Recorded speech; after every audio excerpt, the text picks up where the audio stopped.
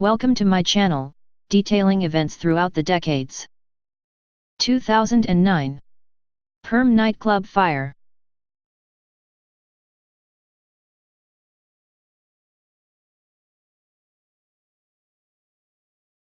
The city of Perm lays on the European edge of the Ural Mountains, 780 miles east of Moscow.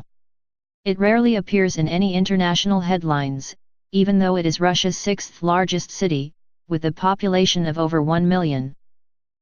However, that would all change on the weekend of December 5, when a private party was in full swing at the Lame Horse, a city center nightclub that was celebrating its 8th anniversary.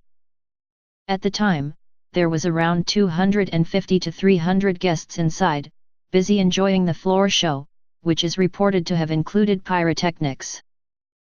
The pyrotechnics is reported to have set light to decorations on the ceiling of the club, which consisted of a sheet of plastic, covered in twigs, made to give it a rustic feel. Guests were told to evacuate the building, but the flames were spreading at an alarming rate throughout the building. In the pandemonium that ensued, many guests were overcome by the heat and thick smoke. Other guests were crushed in a stampede that followed, as desperate guests tried to escape the fire.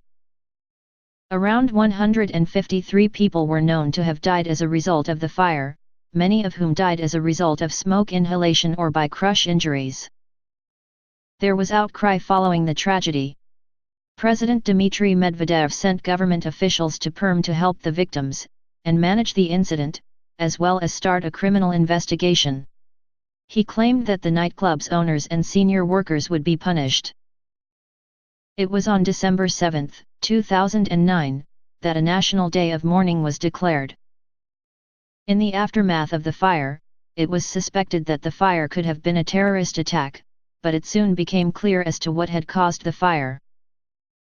Relatives of victims and survivors of the 2003 station fire in Rhode Island expressed sadness over another nightclub fire which involved the use of pyrotechnics. It was found that the pyrotechnics which had caused the fire were meant for outdoor use only. It was also found that the club's license was only for 50 visitors, not the 250 to 300 that was in there that evening. The nightclub did not have a permit for pyrotechnics to be used indoors, and the club had been fined already by inspectors for unsafe conditions. The owner of the club was arrested and eventually convicted of negligence. 6 other defendants were also jailed for their part in the tragedy. It was found that the club's owner had ignored repeated demands from the authorities to modify the interior to make it comply with safety standards. We would hope that lessons were learned from this tragedy, but these types of events still continue to happen today. Forever remembering those who died in this tragic event. May you always be remembered. Thank you for watching and learning about these events throughout history. Please subscribe to my channel to view other events throughout the decades.